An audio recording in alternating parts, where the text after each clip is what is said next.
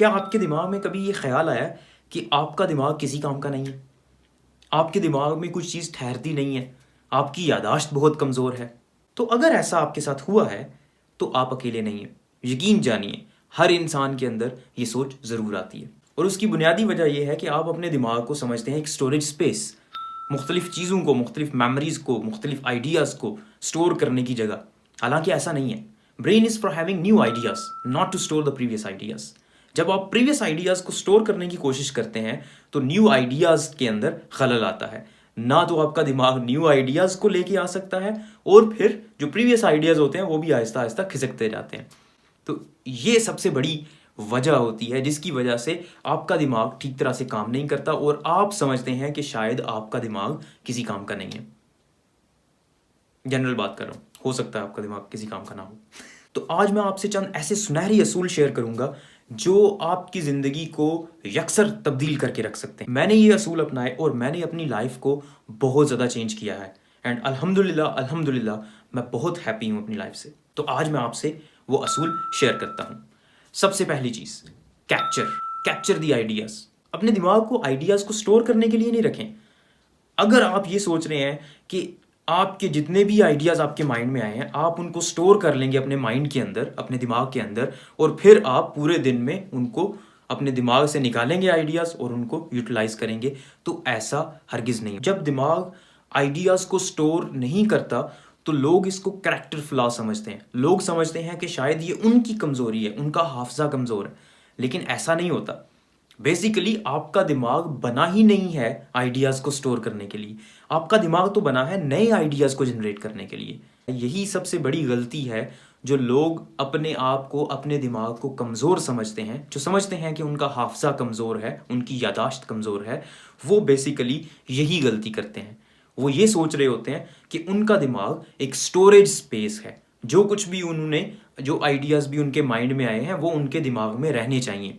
ऐसा नहीं होता। आपका दिमाग उनको स्टोर करके नहीं रखता। तो सबसे पहला असूल, one of the golden principles, capture your ideas. जब भी आपके दिमाग में कोई आइडिया आए उसको लिख लें। आइडिया का मतलब ये नहीं है कि कोई बड़ी कंपनी बनाने का ख्याल आपके माइंड में आ गया या जो जो है ना वो दुनिया को तब्दील करने वाला कोई आइडिया आ गया, ऐसा नहीं।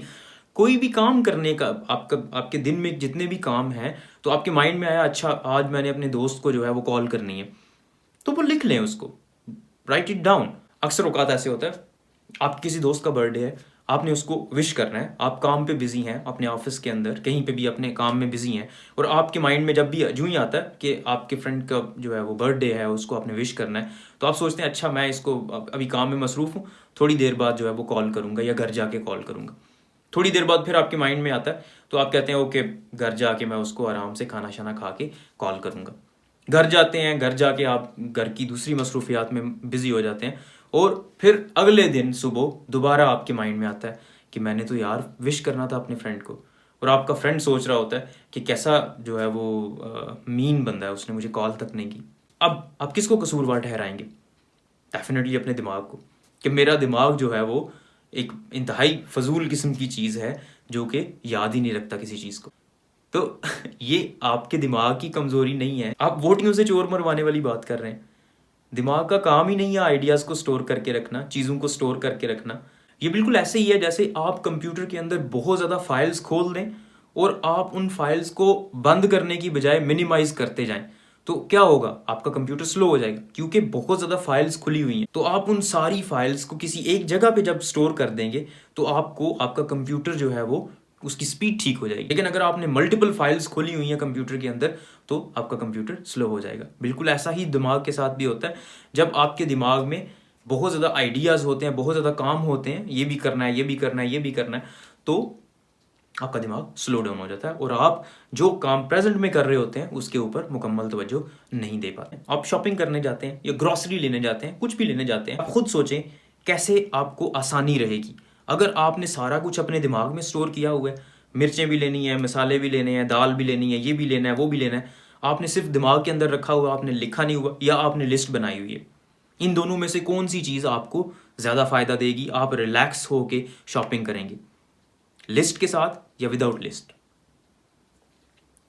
With list. ये काम मैंने करना है। जैसे आप सोच रहे हैं कि मैंने एक यूट्यूब चैनल बनाना है, लेकिन आपको फर्स्ट स्टेप नहीं पता कि पहला स्टेप है क्या। आपने लिख के रखा हुआ है यूट्यूब चैनल बनाना है मैंने, ठीक है, लेकिन आपको फर्स्ट स्टेप का नहीं पता कि पहला स्टेप क्या लेना है। आपने यूट्यूब के ऊपर ही वीडियोस देखनी है पहले कि चैनल कैसे बनाया जाता है। आपने अपने किसी फ्रेंड से जिसका यूट्यूब चैनल है उससे डिस्कस करना है कि इसको चैनल को कैसे बनाना है।